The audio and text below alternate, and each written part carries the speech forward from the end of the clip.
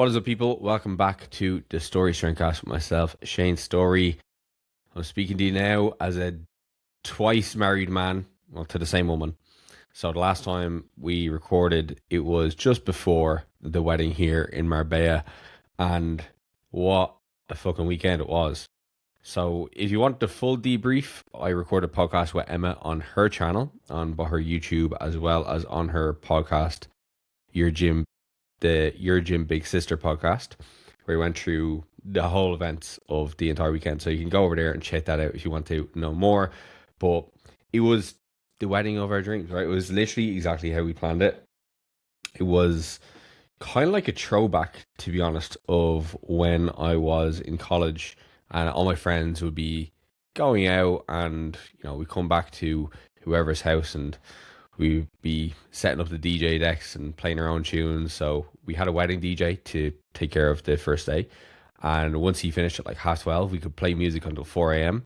So I got my decks out, set them up. I played for a while. Some other friends played for a while. Then the following day, we had Shema Fest, which was like a festival team day 2. Same scenario here. Once it got to like 2 p.m., I just set the decks up with a couple of lads and we just went at it for the day and, just enjoyed a good old time. I paid for it heavily last week, though. Last week, it took a lot of effort to get myself back into routine. It was actually funny because, I had such a good period of consistency across the last couple of months since Christmas, really, with training, nutrition. Like, I obviously did the diet in the lead up to getting my suit fitted and got into like my best shape ever. Like, I'd say just before the wedding, I was just like, I'd never seen myself look like that. And over the course of 5 days of celebrations, so everybody arrived here on the Wednesday and left on the Monday, and I drank Wednesday, Thursday, Friday, Saturday, Sunday. And when I mean drink, I was drinking heavily. And by the time it got to Tuesday, when I woke up after my first proper night's sleep in nearly a week, I looked at myself in the mirror. I was like, what is after happening here? Have I just lost all my gains? Have I just completely fucked it? And the first thing I did was I got myself back into some semblance of routine on that Tuesday. Did my usual day of nutrition. So just got straight back onto my regular meal schedule. Got 2 walks in, really focused on catching up on all the sleep that I'd lost across a few days. Wednesday, got back into the gym, and oh my God, it felt so fucking weak. Like, I didn't even have the capacity to train hard. I was doing like one set, right? Like, I was doing like my typical like top set, back off set, do my top set, and then go on to my back off set, which was like reduce load. And I wasn't even able to complete the same amount of reps that I would have been able to do on my top set because it's so gassed, and just my ability to train hard is just like so low. Did that on Wednesday, same again Thursday. Friday, a good bit better now. Got a couple of days of good sleep behind me. Couple of good days of nutrition as well as good hydration. Saturday rolls around, feeling pretty much back to normal. Sunday, even better again.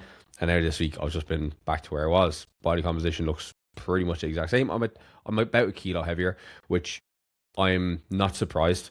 I didn't eat a huge amount across the wedding weekend. It was very much like most of my insides are probably just Bacardi and Coke with the volume of it that I was drinking.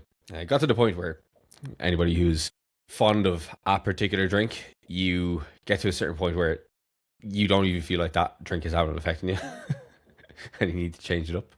But look, you only get married once, or in my case, see, married twice.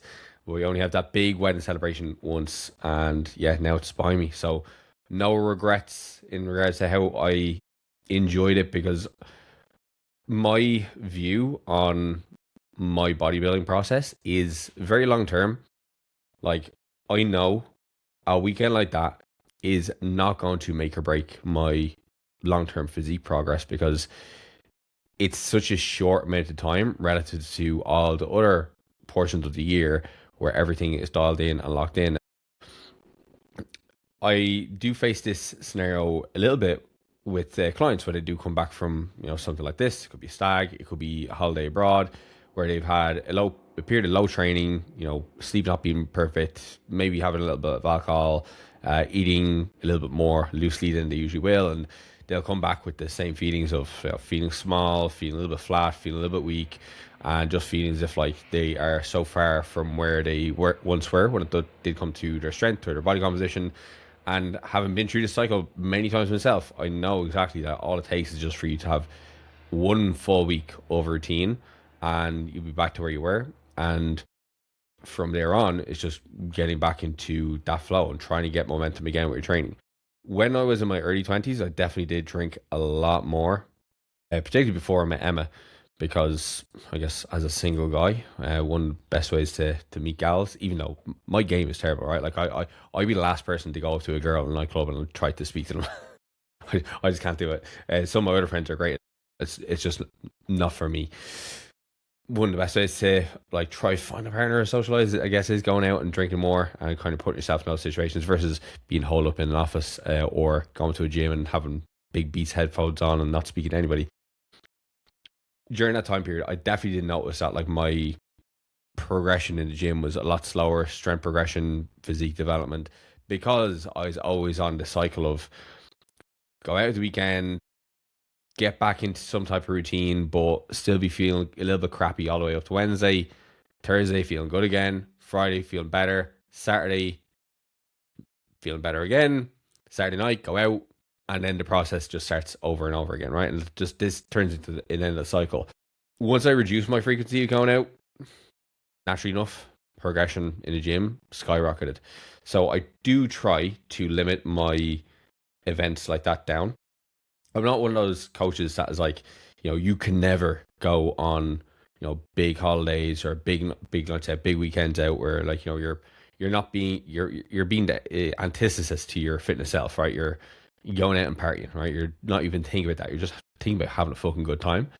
I think those things are very important, but the older I get, the more I try to reserve those periods of times for things that are really worthwhile. So for me, it's like obviously my wedding weekend there. My best man, he's having his stag now in 4 weeks' time, which I'm looking forward to, but I'm also not looking forward to the fact that I'm going to have to go through this period again. But then we have his wedding 2 months after that of a festival at the end of July. And then I'm just kind of committing to myself to not do anything like that until maybe like the new year, because my progress is important. But having these experiences with friends, family, like they're things that will eventually pass at some point. I've spoken about this before. There's going to be a point in the next few years where all my friends are married and there's going to be no stacks to go on. There's not going to be no weddings to enjoy. Bodybuilding, the stage, the platform, if you're a powerlifter, they're always going to be there, right? They're not going anywhere. This competitions are not going to stop. But I'd hate to look back on like my life in 5-10 years time and say, wow, I can't believe I missed out on those incredible memories with my friends because I was hyper focused on a sport that's not really going to give anything to me. Bodybuilding as a sport doesn't really give much to me. Bodybuilding is like a lifestyle. It gives something to me. It gives me purpose day to day. Gives me structure for my routine. Gives me satisfaction when I go to do my gym. But I think it's just a developed awareness I've gotten around like my particular values. And that's not to say for you, if you're listening to this and you're more hardcore bodybuilder, that your way of living is incorrect. It's just not how. If it is the case that you would like, choose the Tupperware over the meal out with your friend, not a judgment on me to you, just saying that that's just not how I want to enjoy my life. And if that means it's going to knock off a couple of percentage points in regards to me getting towards my genetic potential, I'll take that trade-off all day long. I didn't anticipate to go on that little bit of a monologue because we're going to be going through a Q&A, but I thought it'd be useful to share their perspective because I know there's a lot of people out there who feel bad about enjoying that side of life alongside trying to work towards a physique goal or a strength goal. Just want to let you know that you're not alone, and it's not uncommon. There's actually a lot of people who do bodybuilding who, they go to raves, they have fucking mad weekends away or whatever like that, and they just don't talk about it. It's kind of similar to back in the day when people didn't talk about like their drug use, like their steroid use, and people just be kind of left in the dark from that perspective and think they're the weirdo. and they feel bad because they're doing this and they see nobody else talking about it. And I guess like alcohol and that side of the equation, that side of life, is also something not talked about, because I guess people want to show this perception that they're holier than thou and that they are always as regimented and robotic as they try to portray online. And I can tell you that that's just not the case for a lot of people in like the fitness circle. And I know a lot. I know a lot of people in it. So, without further ado, we can get into some questions that we're going to cover today. So the first one being is, I am getting a decent amount of my protein intake from protein bars and protein puddings.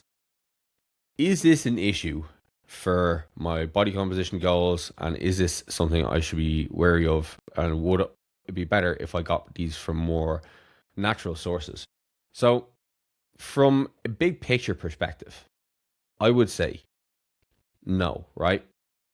If you are getting your protein hit through chicken breast versus a protein bar or a protein pudding, I don't think over the long term that will make a night and day difference in the result.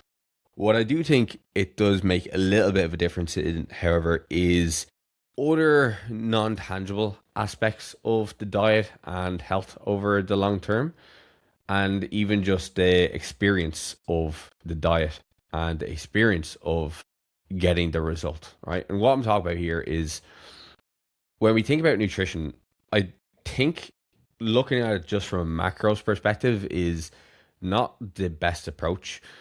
The reason for this being is that like there are differences in food sources, right? And when we look at the values of like a chicken breast versus like a fulfill bar, for example, right? So fulfill is probably the most common protein bar that you'll see stocked in Irish supermarkets. The question becomes, okay, well, if I have a chicken breast versus fulfill bar, what are the energetic differences between them? And then what does that look like in the context of my diet?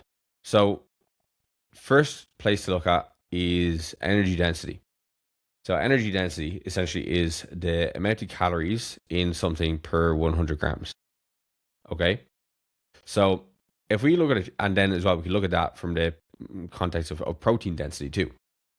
So if we look at chicken breast, per 100 grams, a chicken breast is going to have 24 grams of protein and 106 calories. Okay. So it's pretty lean. If we consider that 1 gram of protein is 4 calories, you're getting pretty much just protein within this, right? So 24 grams by 4 is going to be 96 calories. And then you have an additional 10 there that's left over for the trace carbs and trace fat that may be inside it. Now, when we look at a fulfill bar, so fulfill bar per 100 grams has 36 grams of protein. So it has more grams of protein than a chicken breast. However, when we look at the energy density, so the calories, it's 372. So there is about like 3.5 times the amount of calories in a fulfill bar per 100 grams relative to a chicken breast, but only 12 grams more protein. So it's like what, 50% more protein. But then we look at the bar of fulfill, which is like how most people are consuming it, right? Most people are not like weighing out 100 grams of fulfill bar and eating that. So for 55 gram bar, you're getting 20 grams of protein, so less than you get for 100 grams of chicken breast, but still double the amount of calories, so 205 calories. So if we look at this just from the experiential point of view, and we're thinking about, okay, when somebody's going through a diet phase and looking to improve their weight, right? This person now has to contend with the fact that like they're actually eating a smaller quantity of food. They're getting more calories, but not really much additional protein. And that's something to be not cautious of, but something to think of when it does come to setting up your diet.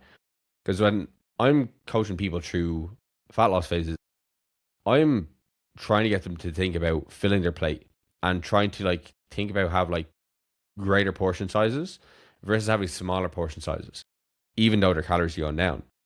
But when we consider something like a protein bar, it is very dense in calories, right? The amount of calories you're getting for the small portion of food is quite high. So for somebody having that fulfill bar where they're getting and they're looking to hit the protein intake with this, right? For a smaller portion of food, but more calories. So those calories are also displacing other things within the diet, right? They are not getting much more additional protein. Whereas the person who decides, you know what, I'm going to have, as opposed to the fulfill bar, I'm going to have an extra 100 grams of chicken today. They have saved 100 calories, and now they can spend that 100 calories on something else. They could spend it on a whole grain carb source. They could spend it on some type of fat source. They could use it to have more vegetables in their diet, which may contain a little bit more fiber, a bit more kind of micronutrients. So that'd be something I'd be looking to consider. They can essentially have more food overall. An example here would be if they decide, as opposed to having a fulfill bar, right? Already they're with chicken breast, they're having 50 or nearly 50 grams more food, total food. They could have an additional 100 grams of potatoes, right? The additional 100 grams of potatoes, that's about 86 calories. You still are not getting the same amount of calories as you would with the fulfill bar in having an extra 150 grams of total food. That extra bit of food as well is coming with more micronutrients, more fiber, and it will fill up the plate more and it'll make you feel a lot fuller, rather to the protein bar, which it is just a glorified chocolate bar, right? When you are in a diet phase and you are having more of these highly refined, hyper-palatable foods, even though they have protein labels on them, they do essentially train your palate to want to have more of these sweet foods more often, right? So every time you include like really, really sweet foods within the diet, it just trains your palate to want more of those and get less satisfaction from foods that are like quote unquote bland. And this can have you then during the diet phase, again, coming with that like experiential side of things, to experience the diet is harder than it is because you're always having this craving for the sweeter foods. And now because they're on your brain more often, now you could also have more of those blander foods being kind of pushed aside to make way for more of these hyperpalatable foods. So just because something has a label of protein and even its macronutrients, like the likes of the protein value is high, you do have to consider what it's costing you elsewhere from, again, how hard the diet is perceived to be. Is it reducing the total amount of food that you can have at your plate? And then you also have to ask yourself, all right, well, if I was to have a protein bar every single day to make up my protein values, what's that costing me over long term, right? Like from a financial point of view. So stick with the example of the chicken breast per 100 grams. If you go to Tesco's website, you can get the calculation that for 100 grams of chicken, you're spending about €1.40. Okay. For the protein bar, right, with less protein and more calories, you're spending over twice that. So it's €3.30 for that. So you're spending twice the amount of money, you're getting twice the amount of calories, but less protein. So it's not a great trade-off. At the same time, they can be great for convenience. So if you are in a pinch and you don't have food prepped for you, they could be a good substitution to add in. But they wouldn't be something I'd be keeping as a staple. And then the final point I'll just make is from a point of like, do you need it within the diet? Or is your protein already sufficient? For, I'd say 90% of people who are listening to this and 90% of trainees, if you're getting 1.6 grams per kilogram body weight for your protein intake, you've done enough. You don't need to go up towards, if you're going up towards the 2 grams per kilogram, 2.2 grams per kilogram, but you're having to fill it up with sources like protein bars, protein puddings, which have a higher financial cost. They may just be adding in more kind of filler calories that can be gotten from like other more nutritious sources. You don't need to push the protein up much higher. And like 1.6 grams per kilogram per body weight is not really that high anyway. So if we consider an 80 kilogram man needs to get to about 130 grams of protein per day, which is really not that much. 130 grams of protein, like that's, again, if you put that in the context of the chicken breast, right? Your 200 gram serving of chicken breast, that's 48, that's nearly 50 grams already. You could have, maybe a steak or more chicken or more turkey like later on that day. Again, that could be another 50 gram serving. You've hit 100 grams already. Maybe have some Greek yogurt, maybe have some eggs, maybe have some bacon medallions in the morning time, and that could get you the additional 30 alongside trace proteins that we gotten through the likes of carbohydrate fat sources. Hitting that 130, and that's just through 3 meals, right? So just getting in 130 grams protein should be very achievable for most people of that body weight. And it's not going to like scale that much for the person, or scale that much more downwards for the person who's 70 kilos. I haven't done the calculation, but it's probably going to be about 120 or so. For the person who's 90 kilograms, it might be 150, 160 or so. So you just need to keep that in mind. They are not things to really kind of force into diet. There's, in my opinion, just utility in having them in there from a convenience perspective if you have found yourself out of the house without being prepped. And just the final point, just as it comes to my mind, you also need to be aware of like the quality of the protein that you're getting, because for some people, right, they will not get the benefit out of like the likes of fulfilled bars they think they might, right? So when you think about protein, like most people are thinking of using that from I'm using this to help build my muscles, right? But fulfill bars in general, they have a split of collagen protein and then milk proteins. And if you look at the ingredients label as well, the majority of the protein is actually coming from more collagen based protein. Collagen based protein is not going to be used towards muscle protein synthesis. So if we assume that of that 20 grams, only 10 grams, and that's being generous, is actually being used with milk proteins or something that could help to stimulate muscle protein synthesis, for 99% of people, that's going to fall well below the threshold. So again, for 80 kilogram man, we know that to spike muscle protein synthesis, we need to be getting about 0.4 grams per kilogram of body weight in a protein serving. So that means to spike it in general, you need to have about 30 grams of protein that would actually lead towards muscle protein synthesis. So if you're only getting 10, you're still falling short by about 20 grams there. You could be thinking it's doing one thing, but it's doing something else entirely. And again, just taking up place in your diet that could be used for more beneficial sources. So that's the final bit I'm going to give you on the protein bar side of things. They could be handy in a pinch. The protein puddings, again, come back to what's the quality of the protein that they use. So look at the ingredients labels. Ideally want it to be some type of like milk protein or some type of casein or some type of whey isolate, something along those lines. Typically dairy products are going to be a little bit more robust in regards to protein content anyway, because they are typically going to be more kind of milk protein based. And again, it comes back to, are these take away from more beneficial sources that you could have within the diet? Are they taking up more calories from foods that you could potentially add in that would have a more health promoting effect? And after that, it just comes down to your preference. Personally, I don't really include much protein bars or protein puddings at all within my diet. I consume about 250 grams of protein per day. That's gotten through mostly whole food. The only thing I would have that you may consider processed is I have whey protein isolate, and have that towards the end of the day in a creamy, so essentially just a protein shake turned into ice cream. And that's pretty much that. Other than that, I have 4 bacon medallions in the morning, have some eggs and egg whites, have about 300 grams of meat total throughout the day. In my other meals, I have a lot of different like kind of nut-based sources that are going to add up towards the protein content because of the volume of rice I eat, as well as potatoes. That's also going to contribute toward protein content. But most of the protein I'm getting in through the day is not through anything like protein bars. So it's absolutely possible to get in 130 grams, 150 grams, 160 grams without having something like protein bars within the diet. And it's also going to cost you less. Next question. Do you think one split is better than the other regarding 4 times or 6 times per week? Out the gate, the first thing I would think here, and this is the easiest answer, is if somebody is training 6 times per week over 4 times, they are likely doing more volume.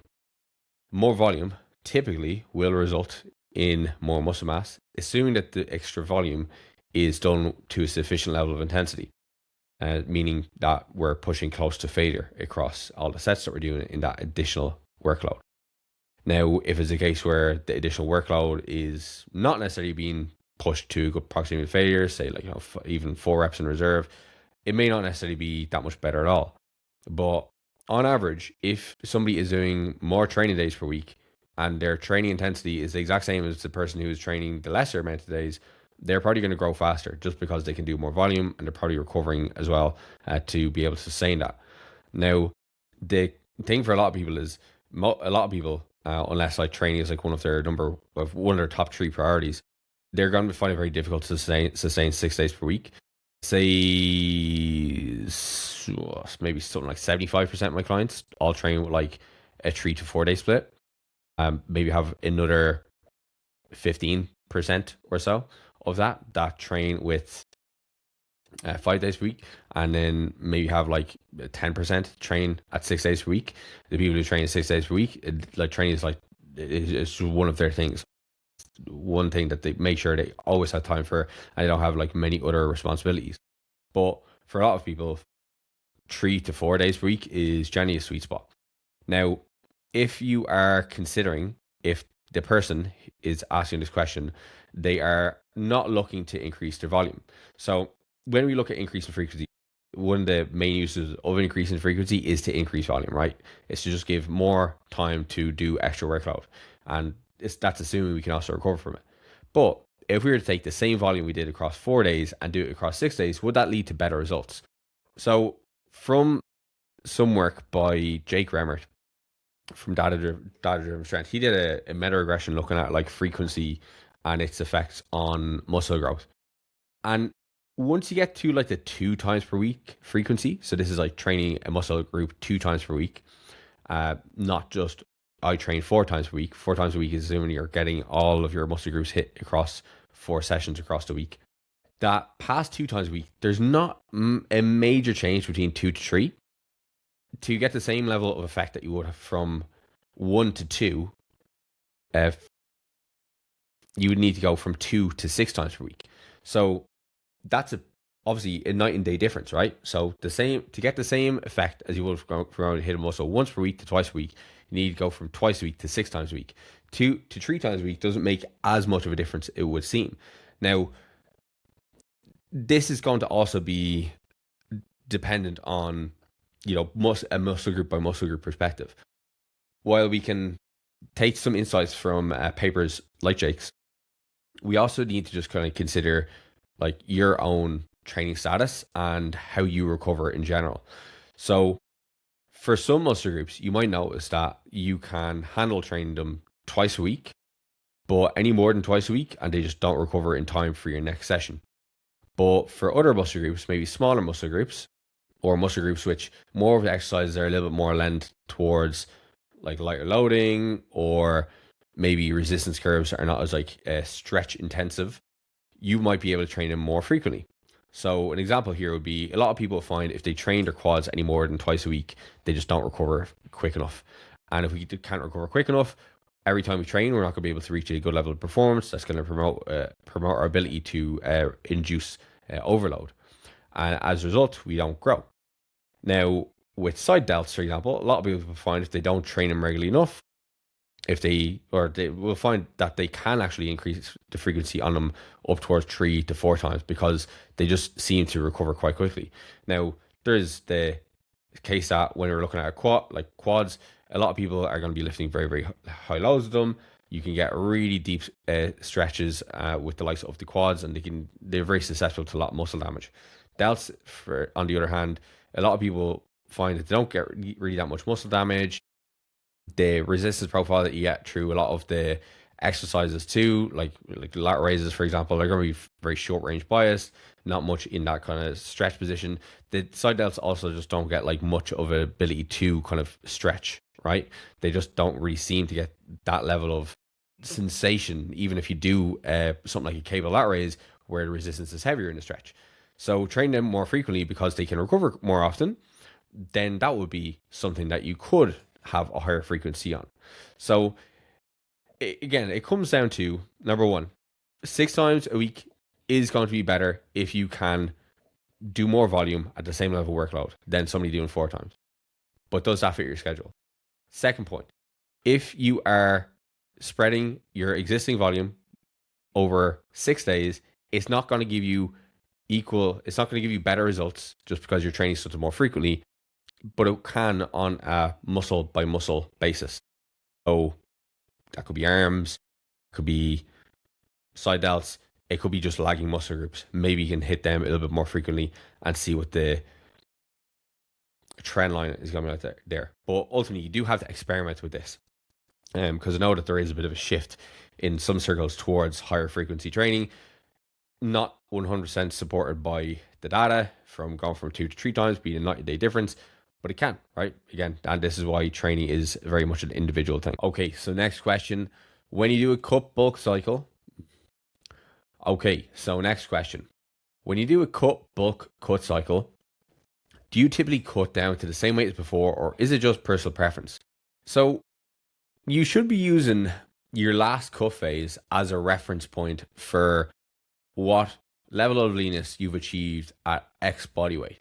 And this is something you'll do as well with somebody who's looking to get on stage. You'll use their most recent stage photos and their most recent stage weight as validation as to what to aim towards for the next time. However, you are assuming that when you go through the bulk phase, that your end of cut cycle the next time will be heavier, right? From a weight perspective. But this is why documenting the whole process is really important. And it's the reason why I get my clients to take pictures through their cuts as well as their bulks. Because you're looking along the way of like, okay, on the way down, I'm going to look different to last time I was at X body weight. Okay. So doing a comparison across cuts. But then on the bulks, you're also doing a comparison too. When I was 90 kilos last year and I'm 90 kilos now, do I look different? But not only that, can I compare that to training logs? Okay, we're on a similar training program. I can see that a lot of my isolation-based movements are going up. My more compound-based movements are going up, and I visually look a little bit fuller. Okay, that's validation for the muscular side of the equation is on the upward trend.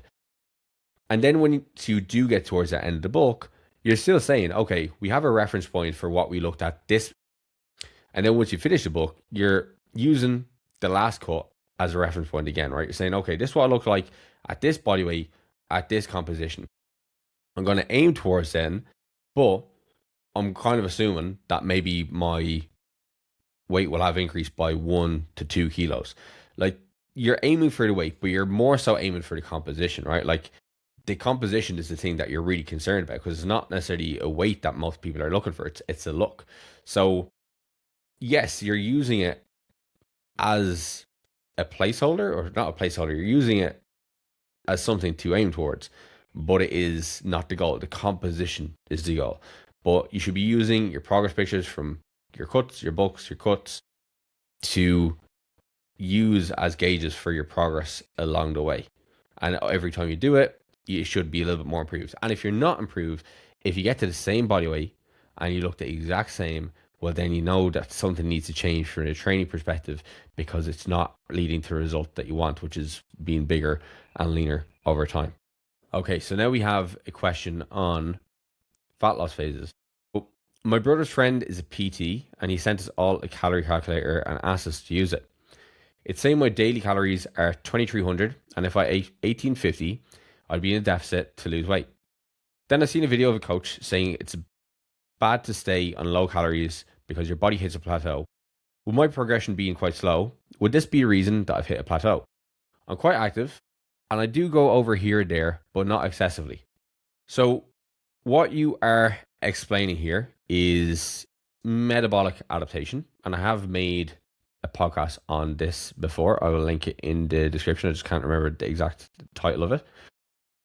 But when it does come to metabolic adaptation, like, it happens at such a slow pace. And here's the thing, right? Like, when it does come to the adaptation that we will see in a fat loss phase, it can be very much dependent on the individual. You're going to have some people who are very diet resistant and people who are able to lose body weight a little bit more rapidly. You know, I'd be one of those people that's blessed with the genetics of my body weight on the way up is a little bit more resistant, so I need to push calories a little bit higher on the way up. But when it does come to losing body weight, my calories could stay the same for months and months and months before I need to make an adjustment downwards. So I've a bit more resistance towards gaining excess body weight, but I don't have as much of a resistance towards losing it. Now, I have some clients they'll have both ways. They're resistant towards their calories going up and gaining body weight, but they'll also have resistance towards losing it. So they need to have like more frequent calorie adjustments on the way down. Again, I'll have some clients who have the opposite, and they're kind of similar to me, where they lose weight very, very easily, but they'll also put on weight very easily too. You need to understand like where your body sits, but not only that, you need to also ensure that if you do have this slow progress come around, that you are being 100% adherent, right? So the reason I don't like to speak about like metabolic adaptation too much with clients and with people in general is because it doesn't really matter. Like you can't really change like your level of adaptation to a degree, but you can control your adherence level and how diligent you're being with the likes of tracking. 9 times out of 10, when people are getting to this point where calories are low and they are noticing that progress is slow, there's usually a mismatch in their perceived adherence and what their adherence actually is. So even just the comment here of I go over here and there, and it could be the here or there that could be the thing that's slowing down your progress, right? In a fat loss phase, my mindset is always let's be as adherent as possible and get this over and done with, right? Because if not, if that adherence is not spot on, well, diet phase is just going to go on for ages and ages and ages. And when something like a fat loss phase goes on for ages and ages and ages, your motivation to adhere also dwanes because you're not seeing the return investment that you want. And when that happens, then you have these sour weeks happen more frequently because you're like, it's not really working anyway, and I've got loads of time to lose this body fat, and all of a sudden you're starting to pick at things and include things in the diet that you're not tracking and not being accountable for. Then you can easily forget that happened. Like a couple of days later, like on my tracker here says I'm being on point with my calories. I don't know why it's going down. You don't necessarily want to be in a position where you are actually having your metabolism adapting on the way down, right? Like, because that just means then to continue losing weight, like you need to have some type of adjustment in energy intake happen, right? You need to either go down in calories or have expenditure increase. And usually the most manageable and accurate way to adjust things in the diet phase is through adjusting the food intake, because you have greater control over that versus the amount of calories you burn through exercise. Now, the other side of this is when people, and I've seen this still preached to the say by fucking coaches, which is I think is ridiculous. People talking about starvation mode, and like starvation mode, first and foremost, it simply does not exist, right? You can go to any third world country where starvation is a pretty big problem. We don't really think that that's a problem anymore because for us in first world countries, because we've never seen it. It's funny how all these people who have starvation mode live in first world countries, isn't it? But nobody in third world country does. But if you look at the starving kids in Africa, that could be the classic one, right? Like anybody who remembers the Oxfam ads back in the day, like starvation is a real problem. People's metabolism doesn't just shut off because they're eating too little and stops them for losing weight. Like your body will just slowly fade away. You look at anybody who's done a hunger strike. You can look at the Minnesota starvation experiments. Like it happens, right? And even in the Minnesota starvation experiments, like these people, like they were wasting away, right? They lost appreciable amount of muscle mass, appreciable amount of fat mass, and their energy expenditure got quite low. And this is actually one of those instances where they actually did see pretty extreme metabolic adaptation, but their body's ability to burn through energy lowered as a result of them losing so much body mass and by doing so much extra activity, so much that the body was trying to preserve calories, right? And this is like what the whole theory or thesis around metabolic adaptation is that like your body will start to reduce calorie output to preserve vital function. And in the context of somebody who is just going through a fat loss phase and they have fucking 20 kilos to lose, their body is not in a position where it's going to like actually like adapt, right? Because their body has plenty of energy to lose. So it just comes to the point of like, if you have never really been adherent to a diet before, and now you're going to a diet and as well, right? Your diet to get you where you were in the position of having higher body fat has likely been in a surplus for a long period of time, and you're used to having maybe weekends where you're eating quite a bit of food without any like restriction or any type of restraint. Now you go onto a diet which you are eating very, very small portions and you need to sustain that for a very long period of time. That is very counter to what you have been doing. And if you don't have a coach, if you don't have somebody to oversee you here from a structural point of view, and ensure you're still adhering on those days when you would typically have been a little bit looser, and talk about weekends here, events out, well, then it can be very easy for you to assume that, like, oh, maybe you don't need to be as rigid around these places. And then that's all of a sudden where that extra calorie creep comes into the mix. And now all of a sudden, because you are not accountable for those days, you notice that the weight loss is slowing down, even though it's like, yeah, you could be adhering to this 1850 for 5 days a week, but the 2 days are the days that are slowing down the fat loss quite considerably. And then when you do that for long enough period of time, again, as I mentioned, if you have 10 weeks of that and you're eating this 1850 most of the time, but the other 2 days are always setting you back and you're not really seeing results, you think, oh, maybe I'm just adapting. But the answer to you are adapting is not, okay, we need to bring your calories up because you're in starvation mode. It's we need to go down again.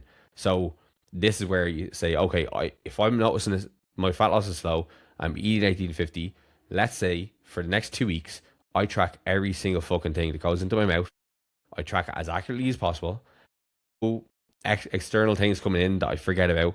As soon as I eat food or before I eat food, I'm tracking what I'm having and I'm being as diligent as possible. And if you're still not seeing an adjustment then from that point, okay, well then an adjustment needs to be made. But then at least you've given yourself the best scenario or the best case, the best case scenario to actually make forward progress. And if you don't make that forward progress while being that 100% accurate, you know that, okay, now you just need to make a change to get the result. And that's completely cool, because another thing with fat loss, you're not going to be on this fat loss diet forever. If you need to suffer a little bit for a goal that you want and you have to eat a little bit less, that's just the goal you've chosen. And that's just like the situation you have to be in if you want to get that result. It just is what it is. For some people, they're going to be able to diet on higher calories. Some people are going to have to diet on less. And that's just the way the world works. It's not, is it fair? No, but it's life, and life is not always fair. And on to our final question. What's the best way to develop abs from a training point of view? No matter how lean I seem to get, they just never seem to pop. The way I liken ab training and ab development and abs at the end of a diet phase is the same with any other muscle, right? If you diet now, right, and you are not training your arms, you're not training your legs, at the end of the diet phase, it won't look as if you got massive biceps. It won't look as if you have massive quads. It look like they are there, but they won't look great, right? And even if you were to contract your quads, you might have some lines in them, but they might not be like deeply separated, right? Now, this is the exact same to a degree with like your abs, right? So your abs as well have big genetic components to them, right? So some people are going to have like a fucking an 8-pack, and some people are going to have like a 4-pack, or you'll have some people have that recti diastasis, where there is like almost like a split in the abdominal sheath, and it looks as if like there's a kind of big gap in between their abs. Or you have people whose abs look like they're a bit more like jagged, right? They're not like symmetrical. They have a little bit more of a non-uniform shape to them. And what we really want to think about here is, like, in the ab muscles, there is like a sheet of fascia that is kind of like it's like not attaching them, but joining them together, essentially, right? And that abdominal sheath, the abs themselves, when they grow, they push higher than that bit of fascia, okay? And you can think about like mountains on a range here, right? So if you think about mountains on a range, lots of snow. When snow is very plentiful, say wintertime, right? Make it balls this analogy. You don't really see that high of the peaks, right? Okay. But when the snow starts to fade, the peaks are a little bit greater.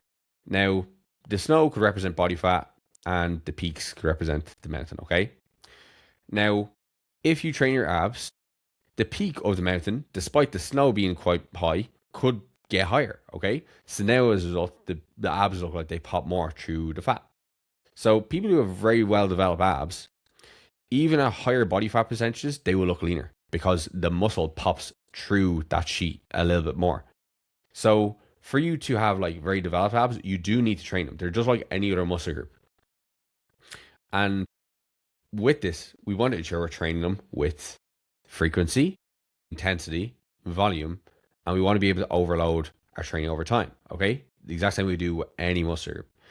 So with abs, the issue is a lot of people will be inconsistent with them and they'll perform movements which don't have great loading capacity to them. Okay.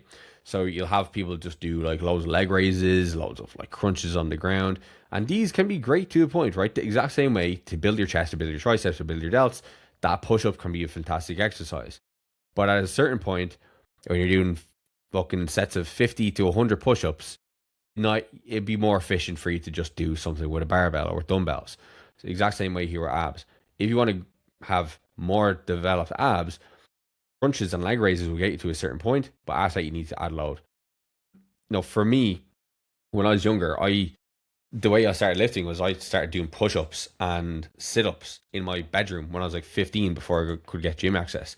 And I did this every single night. And like, for a 15-year-old, I pretty developed abs and, pretty developed chest and triceps.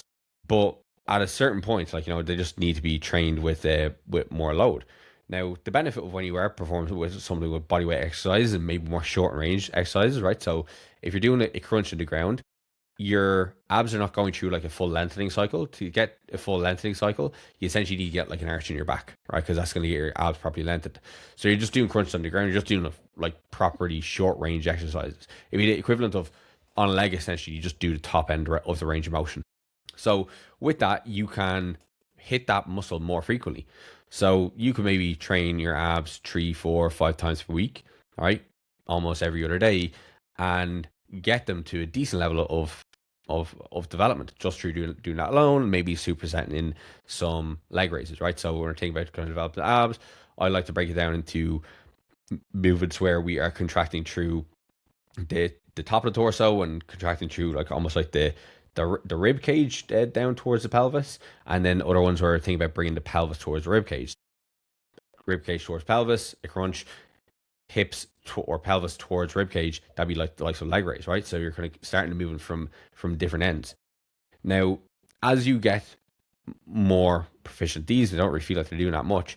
Move on to something that's loaded, right? So simple way to kind of change this up is move on to something like machine crunch if your gym has one, or my favorite is probably like the kneeling cable crunch. The kneeling cable crunch, when you perform it with your body weight faced out from the stack and you have your feet pushed into the cable stack, you can get the resistance such that the resistance is harder when the muscle is stretched and drops off when the muscle is shortened. Versus what a lot of people do is they'll face into the cable stack. And they face into the cable stack, the weight is actually pulling them forward, so they have to like have more stability through the lower body to keep them in position. But also what happens is the resistance is just greater in short position, mimicking the crunch they do on the floor, so they're not getting any really additional kind of benefit, as well as the reduced stability, and they also won't be able to get through much extension through the likes of the rib or through the back, right? Because a lot of people, when they're performing with facing into the stack, if they extend too much through the likes of the rib cage and through the spine, they'll find that they'll just get themselves pulled forward and out of position. So again, their stability is lower. So perform kneeling cable crunch, face away from the stack, okay? Push your feet into the bottom of the cable stack. Use your weight to leverage yourself into load. I've got a video of this on my YouTube channel, so check that out. And that, for me, that's been my number one ab development exercise for years. Once I started doing that, I've restarted training abs in like the last year, just as my coach wanted me to. But when I used to do those in my first couple of years of training, that's the thing that mainly developed my abs. Like I have I'm okay to say I don't think I'm being arrogant here. I think my abs are pretty well developed, and that's even with time that was spent not training abs completely. And that was mainly just from spending a lot of time in my early years actually dedicated towards hard ab training. So I train them loaded with the kneeling cable crunch 2-3 times per week.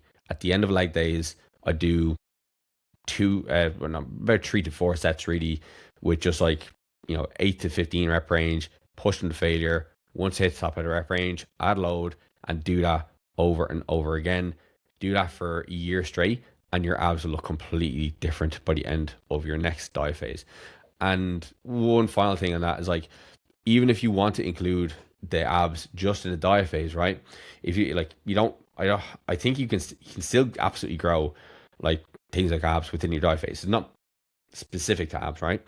But if you have a muscle that is untrained and you go into a fat loss phase, even as an advanced person, you are going to get some recomposition benefits, because the level of muscle that's there is just not quite at where it could be if it had been trained, right? Like, there is still some recomposition potential within that muscle group, because it is an untrained muscle as such.